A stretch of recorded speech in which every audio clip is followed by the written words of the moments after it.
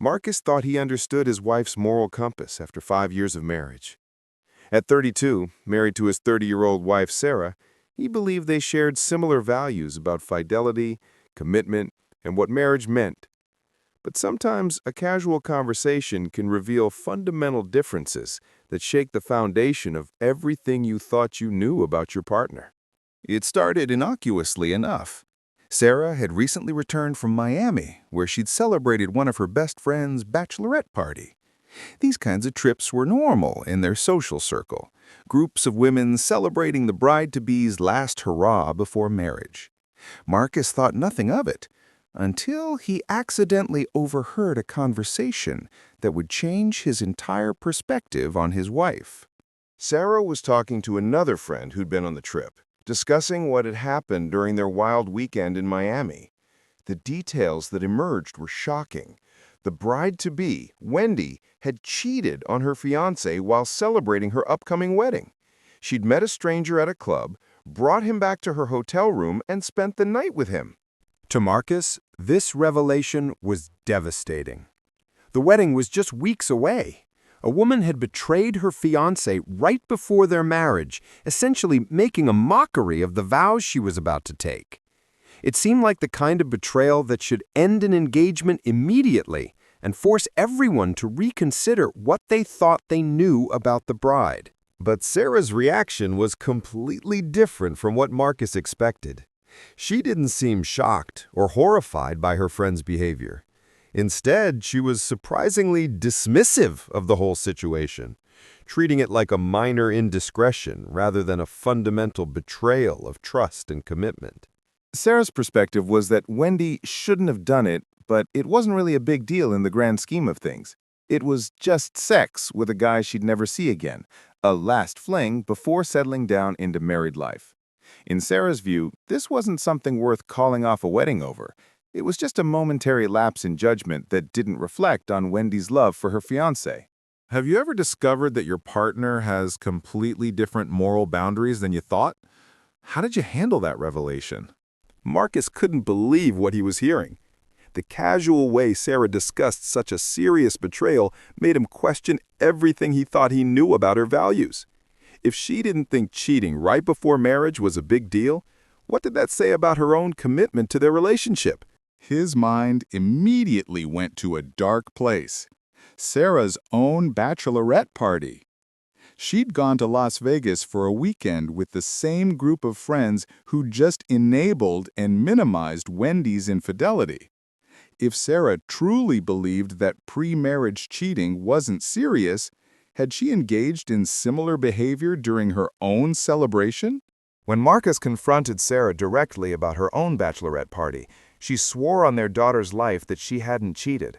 She admitted to dancing and flirting with men, which was concerning enough, but she maintained that nothing physical had happened beyond that. The fact that she'd been flirting with other men during her bachelorette party was troubling, but at least she drew the line somewhere. However, the conversation that followed was even more revealing and disturbing. Sarah opened up about her views on emotionless sex in ways that fundamentally challenged Marcus's understanding of their marriage. She made it clear that if he were the type of person who would be okay with her sleeping with other men, she would probably do it.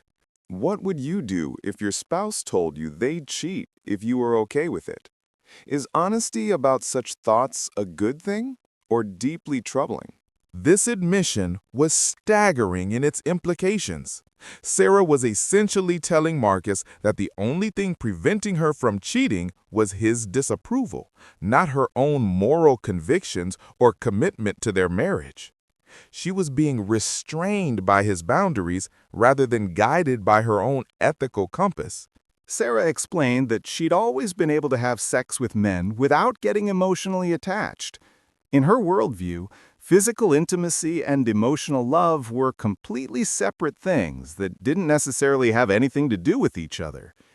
This perspective allowed her to minimize her friend's cheating because she saw it as purely physical rather than emotionally meaningful. The revelation that his wife viewed sex and love as entirely separable concepts was earth-shattering for Marcus. It suggested that their entire marriage might be built on fundamentally different understandings of intimacy, commitment, and what it means to share your life with someone. Sarah's worldview extended beyond her own potential behavior to her expectations of Marcus as well. She told him that if he had a purely physical affair, she would be able to forgive him. But if he had an emotional affair, she would consider that unforgivable and grounds for ending their marriage. This distinction revealed how differently they processed betrayal. For Sarah, emotional infidelity represented a genuine threat to their relationship because it suggested that Marcus's heart and mind were engaged with someone else.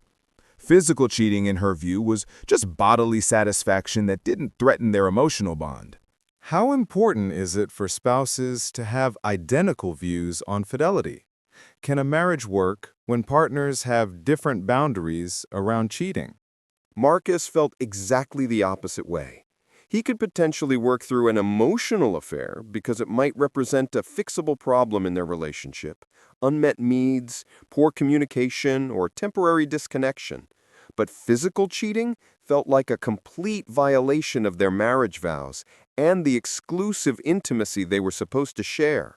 These opposing views on infidelity highlighted how differently men and women sometimes process betrayal, though Marcus wondered if this was truly a gender issue or simply a difference in individual values and attachment styles. Either way, it revealed a fundamental incompatibility in how they understood marriage. The conversation left Marcus feeling like his entire world had been turned upside down. He wasn't contemplating divorce, but he was struggling to reconcile the woman he'd married with the person who was expressing these views. How do you maintain a marriage when you discover such profound differences in core values? The update to Marcus's story provided some resolution to the immediate crisis. The community had urged him to tell Wendy's fiancé about the cheating, but another friend, Claire, beat him to it. The revelation played out dramatically when Claire gave Wendy an ultimatum to confess or have the truth revealed for her. The fiancé's reaction validated Marcus's instincts about the seriousness of pre-wedding cheating. There were screaming, crying, and complete devastation. The wedding was called off immediately, confirming that most people do consider such betrayal to be relationship ending, rather than a minor indiscretion. Sarah's response to witnessing this pain was telling. She came home shaken and apologized for making light of the situation. She admitted that her views were obviously much different from most people's and seemed to gain some perspective on how seriously others take these issues. Most importantly, Sarah told Marcus that she would never be able to live with herself if she hurt him the way Wendy had hurt her fiancé. This statement suggested that seeing the real-world consequences of her casual attitude toward infidelity had given her new insight into the potential damage such actions could cause. The resolution also provided reassurance about Sarah's own bachelorette party behavior. Claire, who had been present for Sarah's Vegas weekend, was a longtime friend of Marcus, who would have certainly told him if Sarah had crossed any serious lines. This gave Marcus confidence that his wife had been truthful about her own behavior. Have you ever had to decide whether fundamental differences in values were deal breakers or things you could work through together?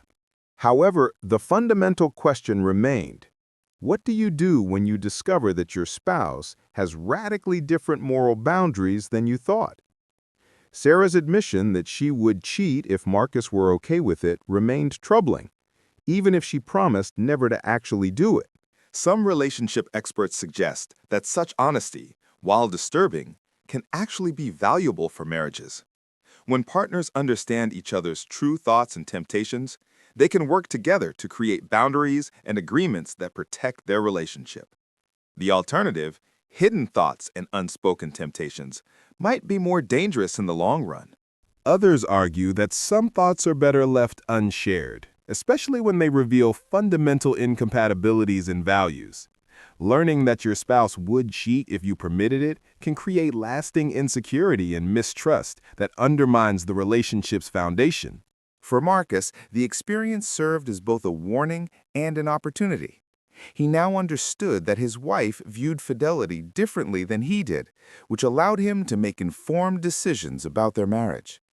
He could choose to work with this knowledge to strengthen their relationship, or decide that such differences were incompatible with his vision of marriage.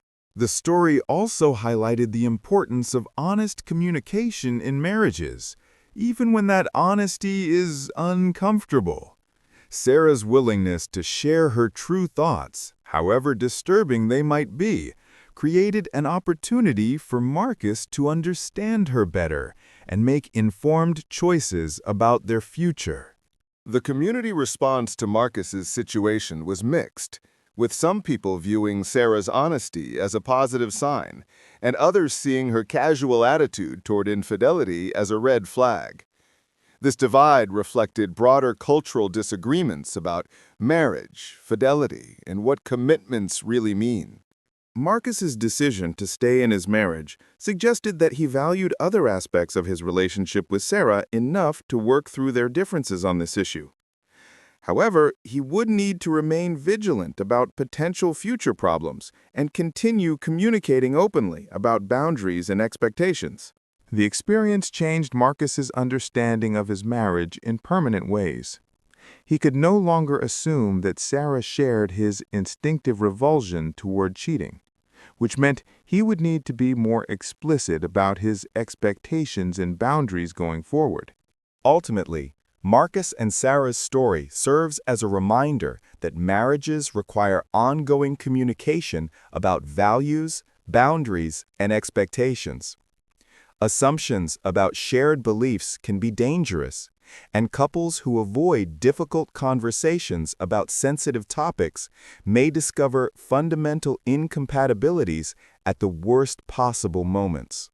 The resolution provided some reassurance, but the underlying issues would require continued attention and possibly professional counseling to fully address. Marcus's willingness to work through these revelations rather than immediately ending his marriage suggested maturity and commitment. But only time would tell whether their different moral frameworks could coexist successfully. Their story reminds us that marriage is an ongoing negotiation between two people who may have more differences than similarities. Success often depends not on perfect compatibility, but on the willingness to communicate openly, work through disagreements, and continue choosing each other despite inevitable challenges and revelations along the way. The bachelorette party revelation served as a catalyst for deeper conversations about fidelity, commitment, and what marriage means to each partner. While disturbing, these discussions ultimately strengthened their relationship by creating transparency where assumptions had previously existed. Marcus learned that love doesn't always mean sharing identical values, but it does require ongoing communication, mutual respect, and the willingness to work through fundamental differences. His marriage survived this crisis because both partners chose honesty over comfort and commitment over convenience. The role of their friend Claire proved crucial in both revealing the original betrayal and providing reassurance about Sarah's past behavior. This highlighted how important it is to have trustworthy friends who will speak truth and maintain accountability in relationships, even when it's uncomfortable. The contrast between wedding vows and real-world challenges became clear through this experience. While couples promise to forsake all others, the reality of maintaining those commitments requires ongoing choice, communication, and mutual understanding of what those promises actually mean to each person. Marcus's story demonstrates that relationship crises, while painful, can lead to deeper understanding and stronger marriages when handled with maturity and commitment. By choosing to work through their differences rather than walking away, Marcus and Sarah created an opportunity for authentic intimacy based on complete honesty about their values and boundaries.